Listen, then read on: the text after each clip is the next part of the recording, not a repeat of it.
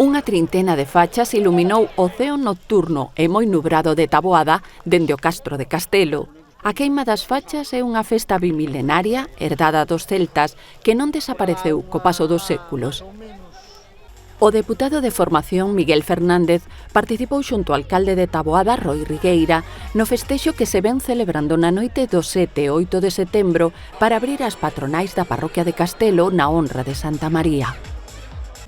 A queima das fachas dispostas en círculo ten varias interpretacións, dende un xeito de comunicación coas poboacións veciñas ata un posible ritual máxico relixioso. No ano 2008, a festa que mantén acesa a Asociación Queima das Fachas foi declarada de interese turístico de Galicia.